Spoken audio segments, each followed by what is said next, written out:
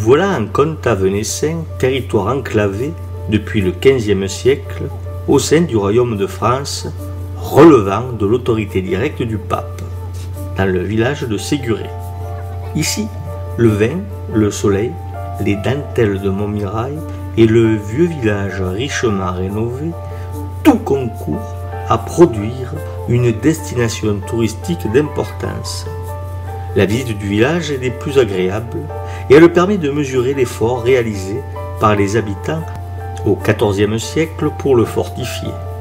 Pas moins que les villages de la plaine comme Sainte-Cécile-les-Vignes ou Richeranche, les villages perchés ou semi-perchés ont entrepris la rénovation de leurs infrastructures de défense à la demande du légat. Leur situation à flanc de colline rend l'affaire moins simple qu'à Richeranche, par exemple, ou ici, à Saint-Hilaire-d'Auzillan, dans le département voisin. Pourtant, à regarder cette muraille, on peut mesurer combien les travaux furent d'envergure. La plupart des éléments défensifs ont aujourd'hui disparu, mais il faut bien se rendre compte combien cela a métamorphosé le paysage urbain et le paysage tout court d'ailleurs. Sans doute, le village avait-il été fortifié au XIIIe siècle, en relation avec le château fort.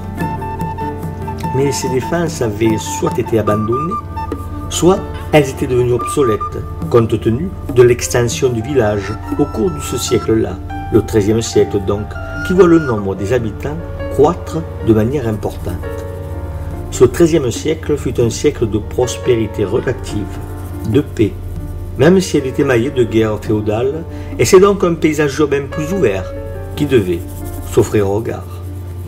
Quiconque voyageait dans la plaine, reluquant les villages perchés, au milieu du XIVe siècle, ne voyait plus que de hauts murs scandés de tours de défense, le plus souvent rondes, d'où émergeaient le clocher de l'église, le château parfois, et les toits des plus hautes demeures.